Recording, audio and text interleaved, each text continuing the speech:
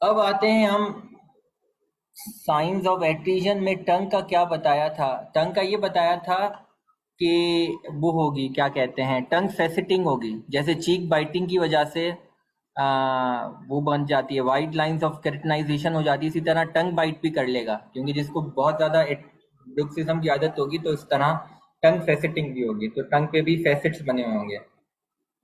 आवाज़ नहीं आ रही मेरी?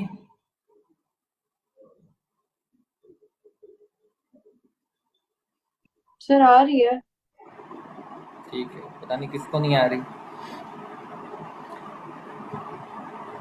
अब हम आते हैं मैनेजमेंट पे आते हैं, ठीक है, ऑलमोस्ट चैप्टर के एंडिंग तक पहुंच चुके हैं। अब मैनेजमेंट में सबसे जो इम्पोर्टेंट चीज़ होती है, इम्पोर्टेंट पॉइंट है, वो ये है टू आइडेंटिफाई द कॉज। अब तो बोलोगे मल्टी इटियोलॉजिकल है, लेकिन उनमें से मैंने कहा था मेन कॉज को आइडेंटिफाई करना है और उसको मॉडिफाई करना है। Identify the etiological cause and modify it and help the tooth to remineralization and arrest remineralization में हेल्प करनी है। पहला ट्रीटमेंट ऑप्शन यही है। अब फॉर एग्जाम्पल हमने देखो, हमने पेशेंट से पूछा कि उसके कॉज के बारे में, हमने पूछा, हमने देखा कि एनसीसीएल लीजन है, और एनसीसीएल ना अक्सर 2-3 दांतों में होती है। अब जरूरी नहीं है एनसीसीएल के अंदर कैरीज हो। कभी कभी क्या होता है कि एनसीसीएल तो होती है पहले, लेकिन उसके ऊपर कैरीज हो जाती है, तो उसको हम क्लास 5 कैरीज नहीं बोलेंगे। क्लास 5 कैरीज का मतलब ये है कि डायरेक्ट जो लीजन स्टार्ट हुई है वो कैरीज की वजह से हुई है। लेकिन कभी कभी क्या होता है, स्टार्ट तो एनसीसीएल हुई है, लेकिन जाहिर सी बात है, अब जाहिर खाली जगह बन गई तो उसमें प्लाक अक्यूमुलेशन होगी, बैक्टीरिया आएगा, तो उसके बाद कैरीज आना शुरू हुई, तो ये एनसीसीएल फॉलोड बाय कैरीज कहलाएगी, डायरेक्ट क्लास 5 कैरीज नहीं कहलाएगी। तो बहरहाल मोस्ट कभी कभी तो कैरीज होती भी नहीं है, सिर्फ प्योर एनसीसीएल होता है, उसके बाद भी कैरीज शुरू नहीं होती। तो बहरहाल सर तो तो हम आप, उसको डिफरेंशिएट कैसे करेंगे? हाँ, डिफरेंशिएट इस तरह करेंगे कि कैरियस लीजन जो होगी ना, उसमें तो फिर आप एक्सप्लोरर से देखोगे ना, वो फिर सॉफ्ट होगी, वो फिर रफ होगी।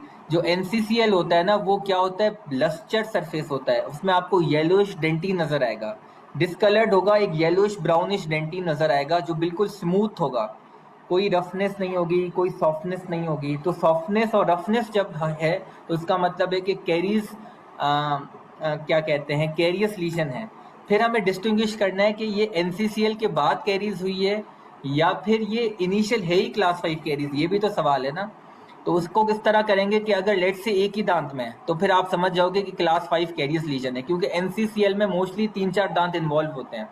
ऐसे नहीं होता कि एक ही दांत में 2-3 दांत इन्वॉल्व होंगे, क्योंकि अगर टूथ ब्रशिंग कर रहे हो या फिर इरोजन हो रही है तो फिर वो 2-3 दांतों को टच कर रहा है, एक दांत में तो नहीं होगा। अगर एक दांत में है तो आप समझ जाओ कि है ही क्लास 5 कैरीज लीजन।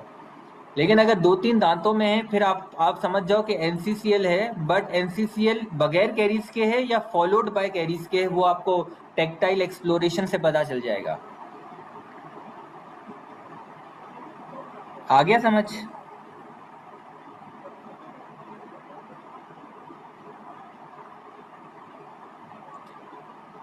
अब आपने सबसे पहले क्या किया, एनसीसीएल में इटियोलॉजिकल फैक्टर को आपने देखा, मॉडिफाई किया। लेट से पेशेंट से पूछा आपने कि आप सिट्रस जूस, कार्बोनेटेड ड्रिंक्स वगैरह पीते हो? वो कहता है सर क्या बात कर रहे हैं, दबा के पीता हूँ, बल्कि बोलेगा सर अगर हो सके ना, आपस की बात है, अभी भी मेरे लिए कोल्ड ड्रिंक ले आओ यार। और अक्सर हमारी ये हालत है, हम मतलब बोतलों के बगैर तो गुजारा नहीं, मैं अपनी बात कर रहा हूँ, पेप्सी कोक जो भी हो, तो वो हर खाने में या वैसे ही रात को स्नैक्स के वक्त तो वो मैंडेटरी हो गया है। और 500 ml हो तो फिर बात ही क्या है। तो ऐसी चीज़ों में ना, तो फिर हमें क्या करना है, ये एक्सटेंसिव इरोजन हमने कॉज को डिनोट किया, तो हमें उसको प्रैक्टिकल डाइटरी एडवाइस देनी है।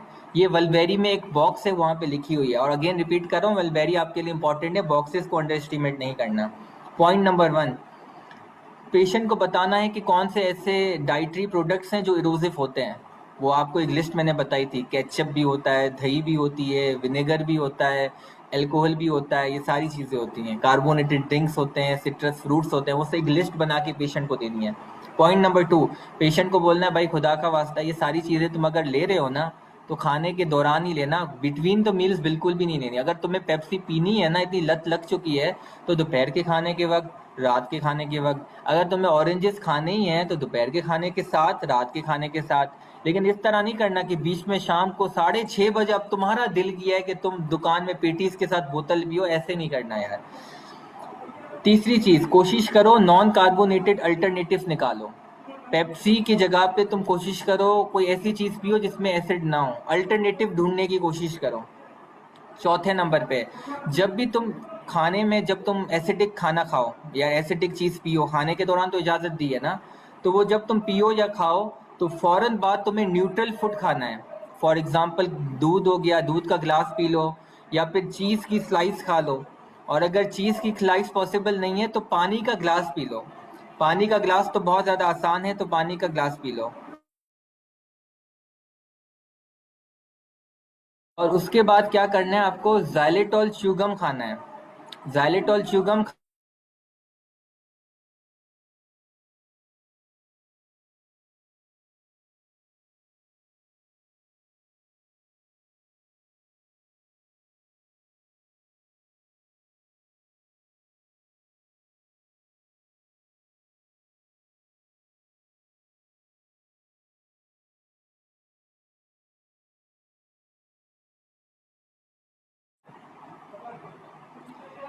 5वें नंबर पे आपको खाने के बाद जाइलेटॉल च्युगम खाना है। उससे क्या होता है, सलाइवा बढ़ जाती है, और सलाइवा के अंदर क्या होता है, सोडियम बाइकार्बोनेट होती है। उससे क्या होता है, पीएच वापस से हाई हो जाती है।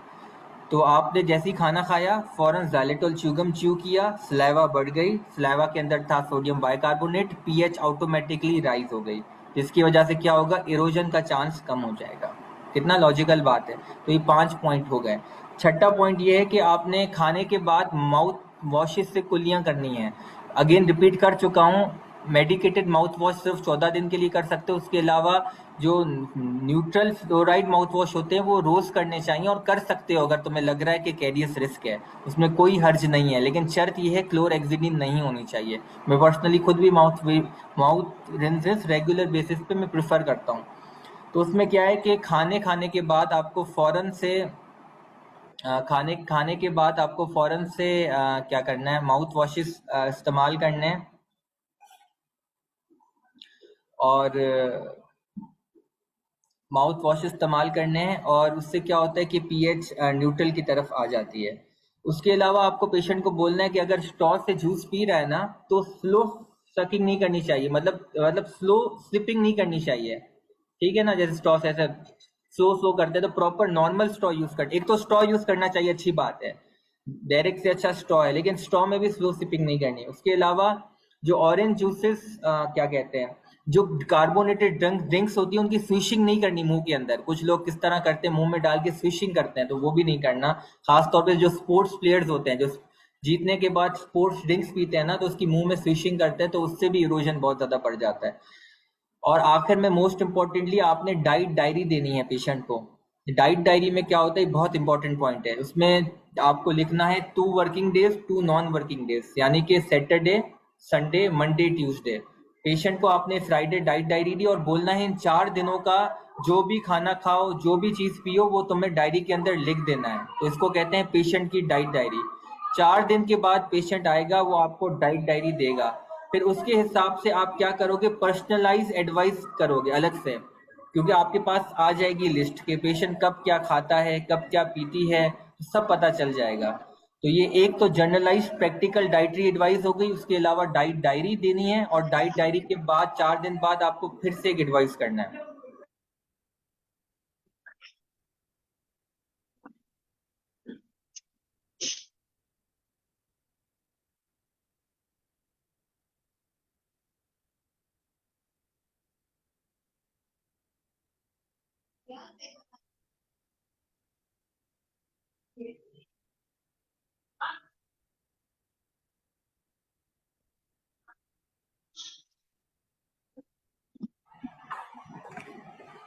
ठीक है, इससे रिलेटेड किसी को सवाल है तो कोई पूछे।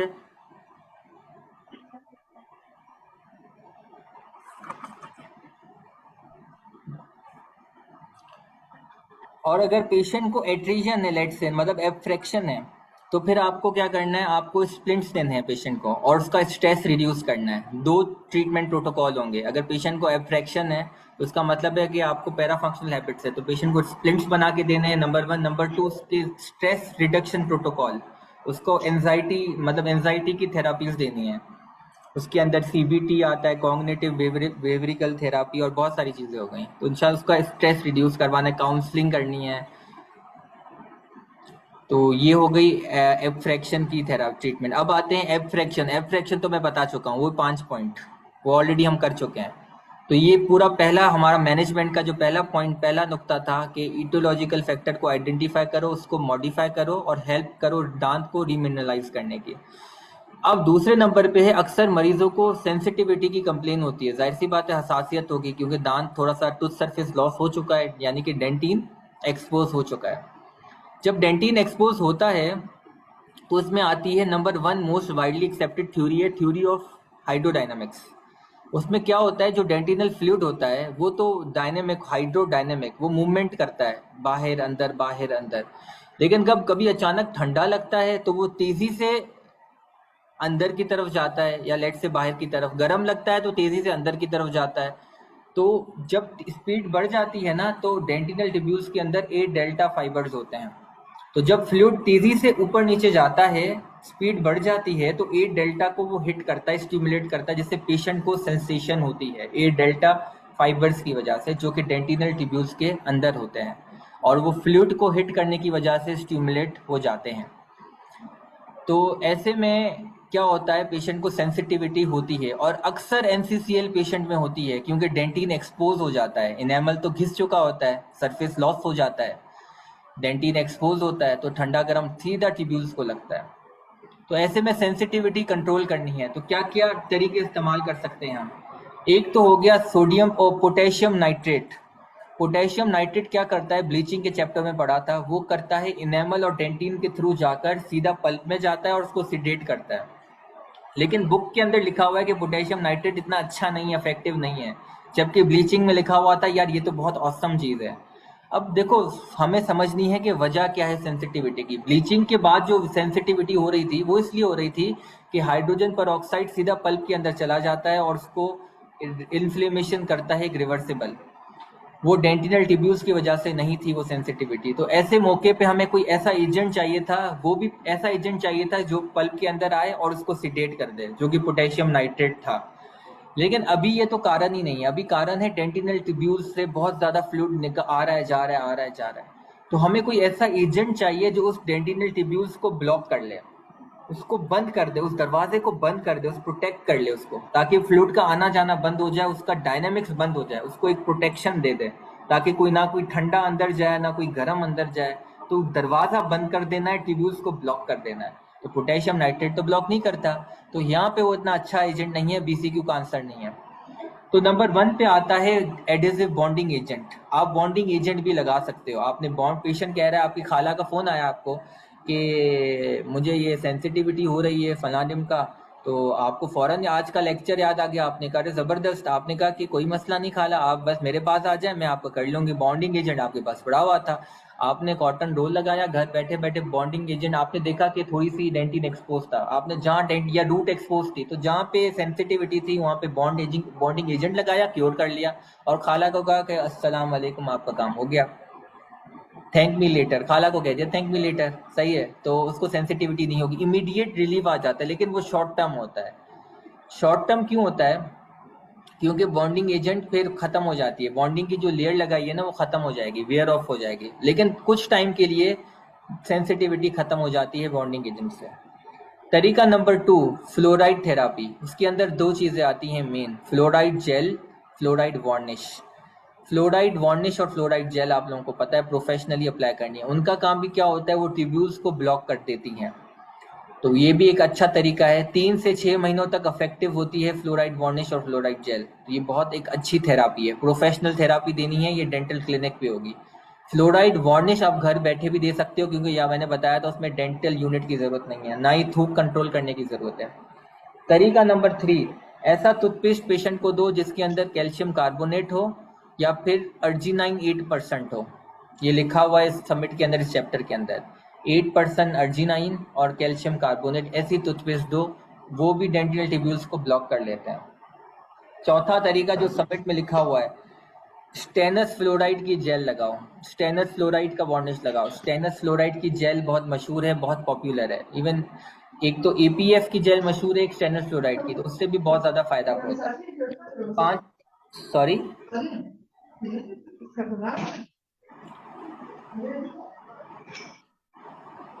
पांचवें नंबर पे आप सर यूज तुझ में 8% क्या था? तुझ में अर्जिनाइन, 8% क्या? 8% और अर्जिनाइन और कैल्शियम कार्बोनेट। okay. ये लिखा भी हुआ है मैंने नोट्स में, शायद अर्जिनाइन नहीं लिखा हुआ लेकिन कैल्शियम नहीं, दोनों लिखे हुए हैं मैंने। उसके अलावा 10% स्टोंटियम क्लोराइड, मुश्किल नाम है लेकिन ये भी समिट में लिखा हुआ है चैप्टर में। 8 और 10% स्टोंटियम क्लोराइड।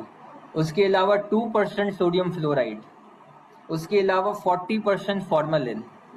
ये नाम लिख लें आप लोग, ये समिट के अंदर लिखे हुए हैं और लिखा हुआ है कि इन चीज़ों से बहुत ज़्यादा फर्क पड़ता है NCCL की सेंसिटिविटी कंट्रोल करने में, बहुत ज़्यादा फर्क पड़ता है। रिपीट कर रहा हूँ मैं, stannous fluoride, 10% strontium chloride, 2% sodium fluoride, 40% formalin, और बाकी 3 चीज़ें तो मैंने लिखी हुई हैं। बॉन्डिंग एजेंट लिखा हुआ है, फ्लोराइड जेल वार्निश लिखा हुआ है, और 8% arginine and calcium carbonated paste लिखा हुआ है मैंने। ये 3 चीज़ें लिखी हुई हैं, बाकी ये 3-4 चीज़ें ऐड कर दें आप। इसके अलावा आप CPP ACP भी यूज़ कर सकते हो, जो मैंने बताया था कैरीज के चैप्टर में, amorphous calcium phosphate, CPP ACP। उसके अलावा आप SDF भी यूज़ कर सकते हो, सिल्वर डायमाइन फ्लोराइड। ये भी गेम चेंजर है, जो कि बुक में नहीं लिखा हुआ लेकिन इस पर बहुत सारे आर्टिकल्स हैं। SDF, सिल्वर डायमाइन फ्लोराइड, ये भी सेंसिटिविटी को कंट्रोल करता है। अब आते हैं अपनी तीसरी ट्रीटमेंट पे, वो है रेस्टोरेशन।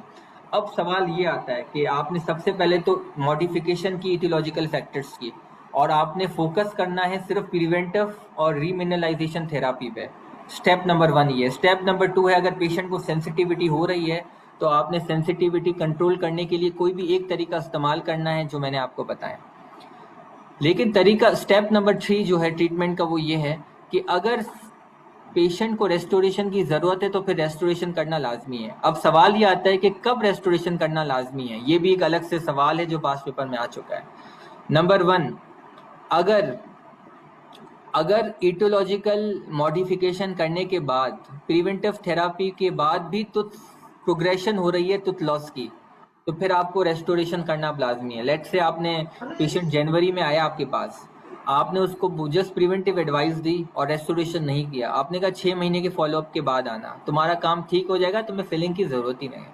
जब 6 महीने, बल्कि पेशेंट 4 महीने बाद आ गया और आपको कहने लगा कि डॉक्टर साहब आप तो कहते ज़रूरत नहीं पड़ेगी, ये तो मेरे दांत और ज़्यादा टूट रहा है और ज़्यादा ख़राब हो रहा है, फिर आप देखोगे, आप बोलोगे यार अब मुझे रेस्टोरेशन करनी पड़ेगी, क्योंकि वो इटोलॉजिकल फैक्टर्स मॉडिफाई करने से फ़ायदा ही नहीं हुआ।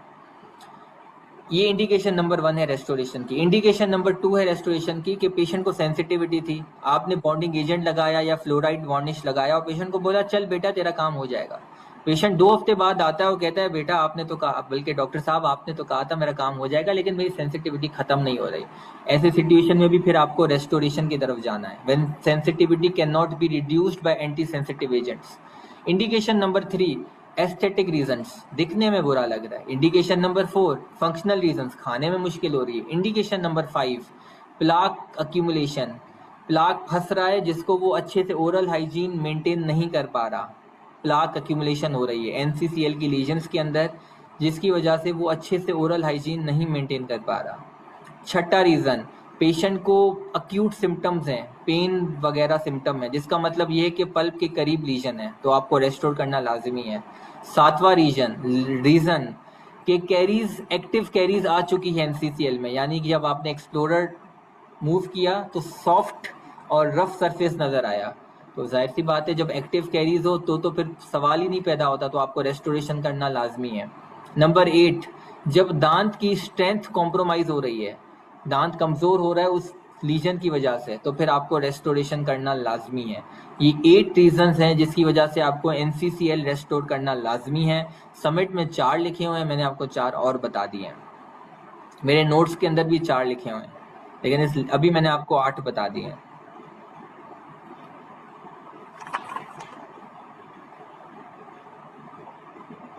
कोई रिपीट करेगा ये 8 रीजन? सर आपके नोट्स में ये कौन सा चैप्टर है? ये है क्लास 5 रेस्टोरेशन के नाम से है, ब्लीचिंग से पहले है ये चैप्टर, ओके सर। और रूट कैरिज के बाद है।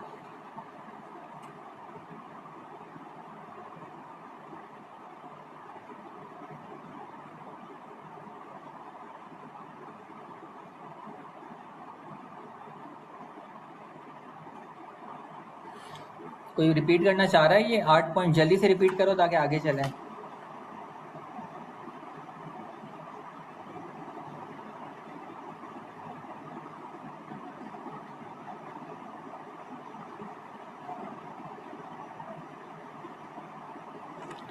डॉक्टर अहमद कोई भी रिपीट नहीं कर रहा।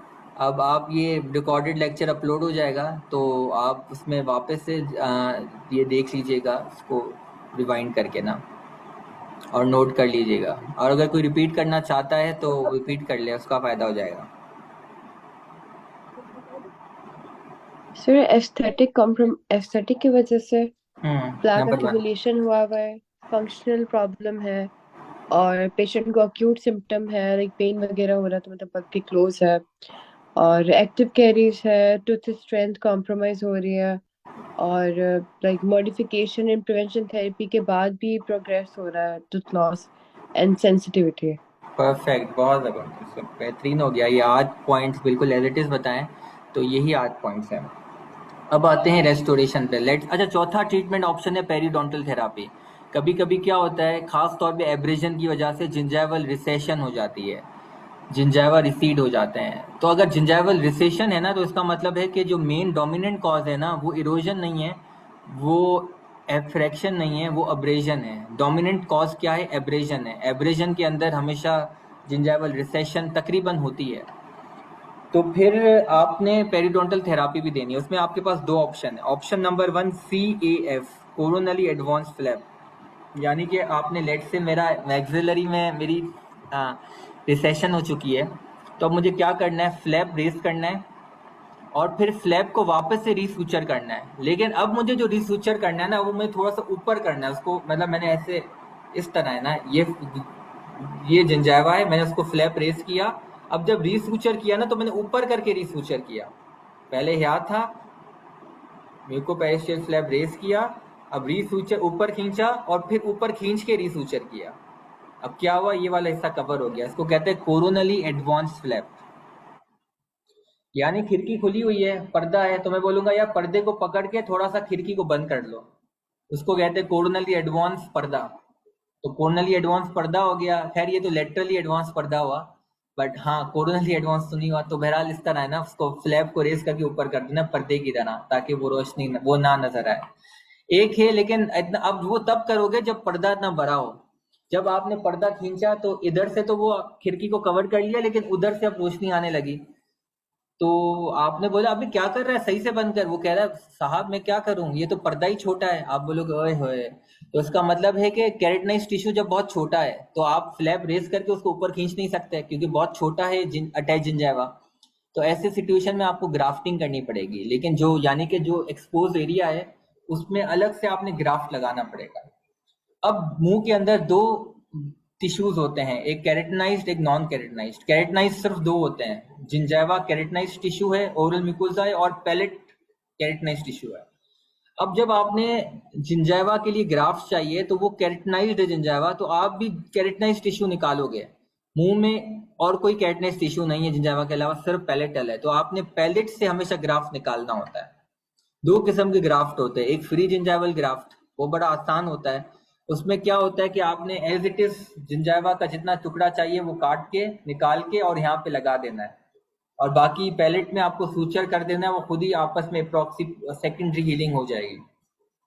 एक होता है कनेक्टिव टिश्यू ग्राफ्ट, ये ज्यादा कॉमन होता है। इसमें क्या होता है कि आप पहले पैलेट के एपिथेलियम को रेस करोगे और फिर रेस करने के बाद अंदर से ग्राफ्ट निकालोगे सिर्फ कनेक्टिव टिश्यू का, और फिर एपिथेलियम जो आपने रेस किया था वो वापस से उधर लगा दोगे। तो इससे क्या होगा, सेकेंडरी हीलिंग की जरूरत नहीं पड़ेगी क्योंकि एपिथेलियम तो जिंदा है। आपने एपिथेलियम को थोड़ा सा रेस किया था और अंदर से सिर्फ पैलेट से कनेक्टिव टिश्यू निकाल दिया था और वापस से एपिथेलियम को लगा दिया। लेकिन फ्री जिंजाइवल ग्राफ्ट के अंदर आपने पूरा का पूरा निकाल दिया टुकड़ा, पूरा केक का टुकड़ा निकाल दिया, मतलब क्रीम भी निकाल दी, एपिथेलियम भी निकाल दिया और अंदर का वो भी निकाल दिया, ब्रेड। लेकिन इसमें क्या किया आपने, क्रीम को अलग कर दिया और सिर्फ अंदर से, इस तरह एग्जाम्पल ले सकते हो यार, वरना एपिथेलियम को अलग कर दिया और अंदर से तुम लोगों ने निकाल दिया। तो इसको कहते हैं कनेक्टिव टिश्यू ग्राफ्ट। जो ज्यादा ज्यादा कॉमनली यूज होता है, कुछ ज्यादा ही ब्राइटनेस आ गई है लाइट की, जो ज्यादा कॉमनली यूज होता है वो यूज होता है क्या कहते हैं, free gingival connective tissue graft ज्यादा यूज होता है। ठीक है, फ्री जिंजाइवल ग्राफ्ट यूज नहीं होता, कनेक्टिव टिश्यू ग्राफ्ट ज्यादा यूज होता है। और बेस्ट ऑप्शन है कोरोनली एडवांस फ्लैप, अगर इतना अटैच जिंजाइवा मौजूद है। अब आते हैं रेस्टोरेशन की तरफ। अब रेस्टोरेशन की तरफ आते हैं, उसमें क्या है क्लास 5 में कि हमें नॉन सर्जिकल रिट्रैक्शन, क्योंकि जो प्रॉब्लम होता है ना वो असेसिबिलिटी और विजिबिलिटी का होता है। क्योंकि जाहिर सी बात है सर्वाइकल रीजन में कैविटी है, उसको रेस्टोर करना आसान तो नहीं, कभी कभी जिंजाइवा के अंदर भी जा रही है, आप कैसे करोगे? तो मार्जिनल जिंजाइवा को आपने रिट्रैक्ट करना है। एक तरीका है नॉन सर्जिकल रिट्रैक्शन, यानी कि बगैर किसी सर्जरी के। उसके अंदर दो ऑप्शन है। ऑप्शन नंबर 1 ये है कि रिट्रैक्शन कॉर्ड लगा दो। ये एक धागा होता है और धागे को आप तोड़ते हो और फिर वो धागा जो है, कॉर्ड है, कॉर्ड धागे को कहते हैं, वो आपने सल्कस के अंदर इंसर्ट कर दिया। वो धागा जैसे ही सल्कस के अंदर इंसर्ट करते हो तो उसके दो फायदे होते हैं। एक तो सल्कस नीचे हो जाता है, मार्जिनल जिंजाइवा नीचे और रिट्रैक्ट हो जाता है 0.5 मिलीमीटर। नंबर 2, सल्कस के अंदर सर्कुलर फ्लूइड होता है, जिससे क्या होता है, रेस्टोरेशन की रिटेंशन खराब होती है। तो उसने उस सर्कुलर फ्लूइड को भी ब्लॉक कर दिया, रोक दिया। तो लिहाजा एक तीर से दो निशाने हैं, ये काम है रिट्रैक्शन कॉर्ड का।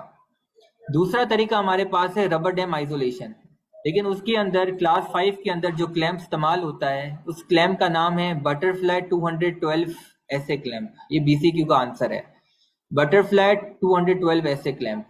हर क्लैंप का एक ही काम होता है, रबर डैम को रिटेन करना, यानी कि रबर डैम मुंह से बाहर ना निकले। लेकिन जो बटरफ्लाई क्लैंप है इसके दो काम होते हैं, एक रबर डैम को रिटेन करना यानी कि रुका रहे मुंह के अंदर, एक जो काम है वो है जिंजाइवा को रिट्रैक्ट करना। ये रिटेनर भी है क्लैंप और ये क्लैंप रिट्रैक्टर भी है, ये दो काम करता है। नाम है इसका बटरफ्लाई 212 ऐसे क्लैंप। इसको आप फर्दर मॉडिफाई भी कर सकते हो रबर डैम प्लायर से, इसकी जो बीक्स हैं उसको और जिंजाइवली इंक्लाइन कर सकते हो ताकि जो जॉज है ना वो और नीचे हो जाए। इससे क्या होगा, मजीद रिट्रैक्ट करेगा। जितना जॉ को, वो जो 4 पॉइंट होते हैं ना क्लैंप के अंदर, उन 4 पॉइंट को और नीचे कर सकते हो। जितना जिंजाइवली नीचे करोगे उतना ये अच्छे से रिट्रैक्ट करेगा मार्जिनल जिंजाइवा को। तो बटरफ्लाई क्लैंप को हमेशा मॉडिफाई कर सकते हो और ये बेस्ट क्लैंप है क्लास 5 के लिए, चाहे NCCL हो चाहे क्लास 5 कैरियस लीजन हो। समझ में आ गया? नॉन सर्जिकल में कौन से दो काम करते हैं, कोई बताएगा हमें? सर या तो हम रिट्रैक्शन कॉर्ड लगाते हैं कॉटन रोल्स के साथ, या तो हम बटरफ्लाई क्लैंप का यूज करते हैं रबर डैम। नंबर क्या है बटरफ्लाई क्लैंप का? सर 212 ऐसे क्लैंप। परफेक्ट, बहुत जबरदस्त। अब आते हैं सर्जिकल ऑप्शंस के अंदर। सर्जिकल ऑप्शंस बड़े इंटरेस्टिंग है। पहला ऑप्शन है हमारे पास मिनी फ्लैप।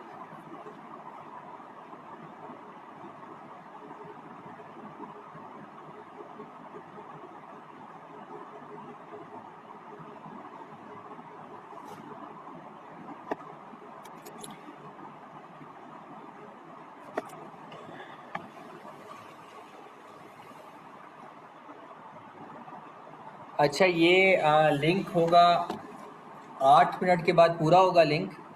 तो इंशाल्लाह 6:20 को हम 5-7 मिनट का ब्रेक देंगे। एटलीस्ट अगर कोई 3 फर्स्ट जो पढ़ना चाहे 3 फर्स्ट पढ़ के आ जाए, 5-7 मिनट का ब्रेक होगा और उसके बाद इंशाल्लाह 7 बजे लेक्चर पूरा हो जाएगा। तो अब ये पिक्चर अगर आप लोग देख रहे हो, नज़र आ रही है आपको, तो इसमें क्या करना है, ये जो लीजन है ये मार्जिनल जिंजाइवा के थोड़ा सा नीचे है। थोड़ा सा नीचे, ज्यादा नीचे नहीं है। तो अब आपको क्या करना है, 2 वर्टिकल इंसिजन देनी है लेकिन छोटी सी। एक इधर देनी है और एक इधर देनी है। कितनी देनी है, 1 मिलीमीटर की। एक वर्टिकल इंसिजन मीजियली, एक डिस्टली। अब क्या कर, 2 वर्टिकल इंसिजन आपने दे दी 1 मिलीमीटर की। अब आपने ब्लेड अंदर डालना है और ऐसे इन दोनों इंसिजन को मिला देना है। जब दोनों इंसिजन को मिला दोगे तो इस तरह जिंजावा खुल जाएगा और उस थोड़ा सा ऊपर हो जाएगा, लटकना शुरू हो जाएगा।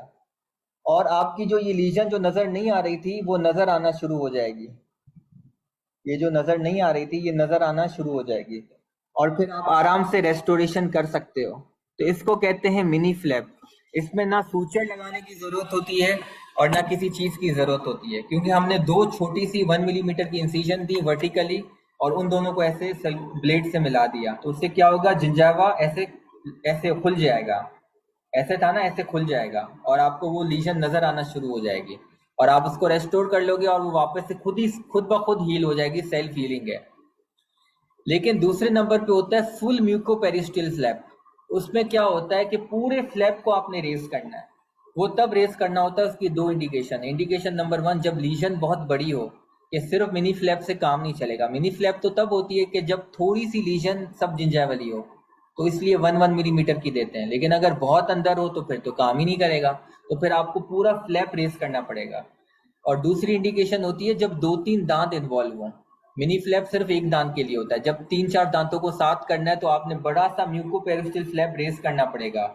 यानी कि इतना बड़ा, जैसे नॉर्मली ओरल सर्जरी में आप करते हो ना, ओपन एक्सट्रैक्शन, तो आपने पूरा फ्लैप रेस करना पड़ेगा, म्यूकोपेरिस्टियल टिश्यूज से हटाना पड़ेगा। तो इस तरह पूरा फ्लैप रेस हो जाएगा। आपको बोन नजर आएगी, आपको पूरी रूट्स नजर आएंगी एक्सपोज्ड, सीमेंटो एनेमल जंक्शन नजर आएगा। तो अच्छा ना, मिनी फ्लैप में आप रबर डैम आइसोलेशन भी कर सकते हो मिनी फ्लैप करने के बाद। और बाकी नॉर्मली ना इसकी मॉइस्चर कंट्रोल करना बहुत मुश्किल है और बेहतर है कॉम्पोजिट यूज ही ना करो। ऐसे सिचुएशन में कॉम्पोजिट यूज करने की जरूरत नहीं है। यहाँ पे समिट में शायद किसी जगह लिखा हुआ है रबर डैम लगा दो म्यूकोपेरिस्टियल फ्लैप के बाद, लेकिन वो बहुत ही पता नहीं कैसे तरीका होगा। तो मॉइस्चर कंट्रोल डेफिनेटली, क्योंकि बहुत ज्यादा खून होगा तो मुश्किल है। तो जब म्यूकोपेरिस्टियल फ्लैप रेस किया आपने, रेस्टोरेशन की और वापस से म्यूकोपेरिस्टियल फ्लैप लगा दिया और उसको सूचर कर दिया। म्यूकोपेरिस्टियल फ्लैप को हमेशा सूचर करना होता है, मिनी फ्लैप को सूचर नहीं करना होता। मिनी फ्लैप छोटी लीजन के लिए होती है और एक दांत के लिए होती है। म्यूकोपेरिस्टियल फ्लैप बड़ी लीजन के लिए होती है या फिर मल्टीपल दांत के लिए होती है। तो ये डिफरेंसेस हैं म्यूकोपेरिस्टियल फ्लैप में और मिनी फ्लैप के अंदर, तो ये कंफ्यूज नहीं हो जाएगा। तो ये 2 सर्जिकल ऑप्शंस हमारे पास आ गए। तीसरा सर्जिकल ऑप्शन है जिंजिवेक्टोमी। जिंजिवेक्टोमी ये होता है कि लेट से अगर आपका अटैच जिंजावा, अच्छा ये एक पिक्चर बना के आपको मैं दिखाता हूँ।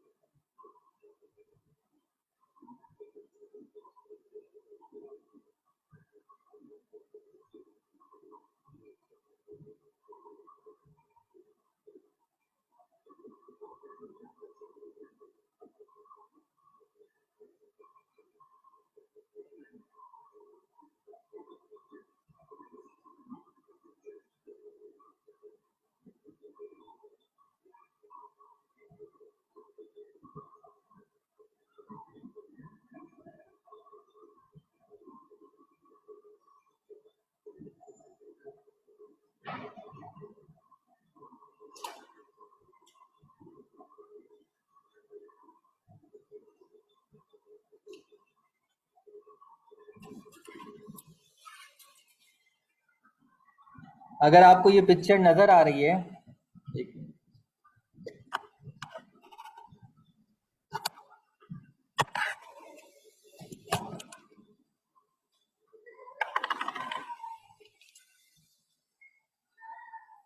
ठीक है ना। अब इसमें क्या है, ये दांत है, ये दांतों की सीमेंटो एनेमल जंक्शन है। दांत जो सराउंडेड होता है ये बोन है, ये एल्व्यूलर क्रेस्ट है। नजर आ रही है पिक्चर सबको, ये एल्व्यूलर क्रेस्ट है। लेकिन ये जो डार्क कलर का ब्लू कलर है ये है जिंजावा। ये जिंजावा 2 किस्म का होता है, ये है मार्जिनल जिंजावा सीमेंटो एनेमल जंक्शन से ऊपर, और ये वाला जो जिंजावा जो दांत से चिपका हुआ है ये है अटैच जिंजावा। अटैच जिंजावा कम से कम 2 मिलीमीटर का होना चाहिए।